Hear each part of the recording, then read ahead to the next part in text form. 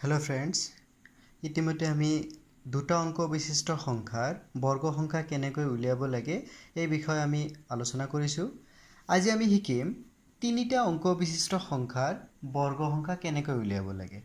ধৰক আমি সাধাৰণতে তিনিটা অঙ্ক বিশিষ্ট সংখ্যা আমি 100 ৰ পৰা আমি কিমান দূৰলৈকে পাওঁ 100 ৰ পৰা 999 লৈকে পাওঁ ঠিক আছে আমি আজি 100 ৰ পৰা 999 লৈকে একেটা প্ৰসেছতে আমি কেনেকৈ অতি সহজে আৰু কম সময়ৰ ভিতৰতে আমি বৰ্গ সংখ্যা উলিয়াব পাৰি সেই বিষয়ে আলোচনা কৰিম তো লেটস স্টাৰ্ট তো ধৰক এটা কাম কৰিব ইয়াৰ আগতে এটা বস্তু আপোনালোকে মনত ৰাখিব যে যেহেতু আমি তিনিটা অঙ্ক বিশিষ্ট সংখ্যাৰ বৰ্গ সংখ্যা উলিয়াবলৈ যত্ন কৰিম তো ইয়াতে আপোনালোকে দুটা বেস হিচাপত কিছুমান বস্তু ল'ব লাগিব যেনেকৈ ধৰক 100 200 300 400 500 600 700 অৰ্থাৎ যিটো সংখ্যা দিয়া থাকিব সেই সংখ্যাটোৰ পৰা আপোনালোকে চাব কি তাৰ ওচৰৰ মানটো 100 আহে নে 200 আহে না 300 আহে নে 400 আহে না এই বস্তুটো আপোনালোকে চাই ল'ব ঠিক আছে ধৰক আমি এটা উদাহৰণ লৈছো যেনেকুৱা 104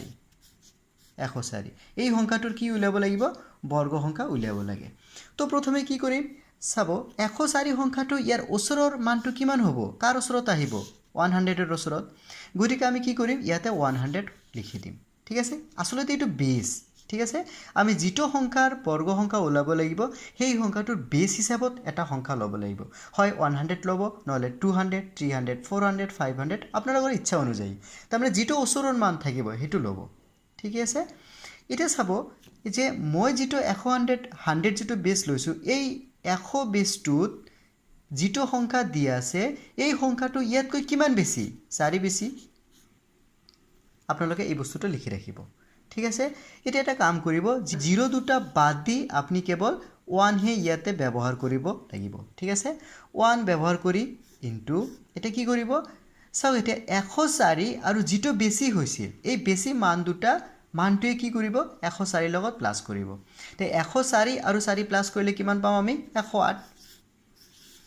হৈছে এতিয়া 108 ৰ লগত 1 পূৰণ কৰিলে কিমান পাম আমি 108 এই পাম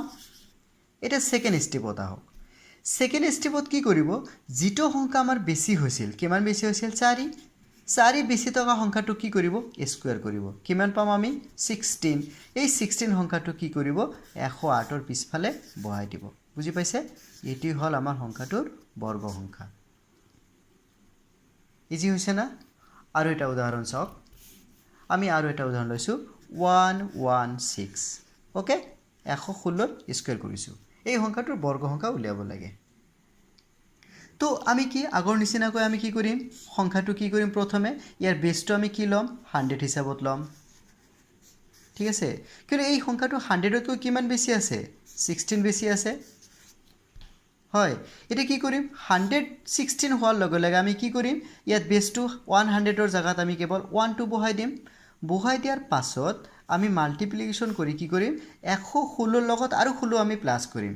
কিমান হ'ব 116 যোগ 16 কিমান হ'ব 132 বুজি পাইছে এটা 1 ৰ লগত 132 পূৰণ কৰিলে কিমান হ'ব 132 এ পাম ক্লিয়াৰ এতিয়া চাব আমাৰ যেটো অঙ্ক বেছি আছে বেছি সংখ্যাটো কিমান আছিল 16 এই 16 সংখ্যাটোৰ কি উলাব লাগিব আমাক আকৌ বৰ্গ উলাব লাগিব 16 ৰ বৰ্গ কৰিলে কিমান ইতিমধ্যে আমি যেটো প্ৰসেছত শিকিছিলো 16 ৰ স্কয়াৰ বৰ্গ কৰিলে কিমান হ'ব চাব 1 স্কয়াৰ কিমান পাম আমি 1 ওকে 6 স্কয়াৰ কিমান পাম আমি 6 গুণ কিমান 36 ঠিক আছে এতিয়া 6 1 গুণ 6 6 2 গুণ কিমান 12 এতিয়া 12 ইয়াৰ লগত আমি কি কৰি দিম প্লাস কৰাই দিম ঠিক আছে এতিয়া কি 6 3 2 5 আৰু 1 আৰু 1 কিমান 2 অৰ্থাৎ 256 এটা 256 ও চাব যেটো আমি বেস হিচাপত 100 লৈছিলো 0 দুটা 0 বাদ দিয়াৰ কাৰণে আমি ইয়াৰ পৰা দুটা অঙ্ক বাদ দিম বাদ দি যেটো অঙ্ক এক্সেস থাকিল এই এক্সেস সংখ্যাটো কি কৰিম এই 2 ৰ লগত প্লাস কৰি দিম তেনেহলে আমাৰ সংখ্যাটো হ'ব কি 132 যোগ কিমান 2 তেনেহলে 134 ঠিক আছে আৰু বাকি 56 এনেকুৱা আছে তেনেকৈ বহি যাব বুজি পাইছে এটো হল এই সংখ্যাটোৰ বৰ্গ সংখ্যা আৰু এটা আমি উদাহৰণ লৈছো ধৰক 612 এটো স্কয়াৰ কৰিব লাগে ঠিক আছে এতিয়া চাওক ইয়াত বেছ হিচাপত আমাক কিমান ল'ম 600 ল'ব লাগিব আৰু বেছি কিমান আছে 12 বেছি আছে এটা আমি এটো অলপ ফাস্ট কৰিম এটা চাব 612 আছে এটো 6 কি কৰিম ইয়াতে 6 লিখিম অকল ইনটু বুজি পাইছে এখিনি এটা চাব 612 লগত আৰু 12 প্লাস কৰিলে কিমান হ'ব 612 আৰু 12 কিমান 24 এটা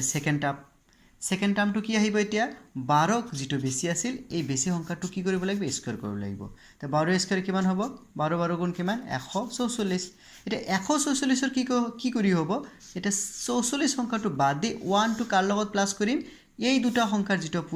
পূৰণফল হ'ব ইয়াৰ লাষ্টৰ সংখ্যাটোৰ লগত 1 প্লাস কৰাই দিম অৰ্থাৎ এতিয়া এই দুটা পূৰণ কৰিব 4 6 গুণ কিমান 24 ৰ 4 4 6 গুণ 24 ৰ 4 হাতত কিমান থাকিল 2 ওকে আকৌ 6 দুগুণ কিমান 12 12 আৰু 2 কিমান 13 14 14 ৰ 4 কেৰি কিমান থাকিল 1 6 6 যা 6 6 গুণ কিমান 36 আৰু 1 কিমান 36 37 ওকে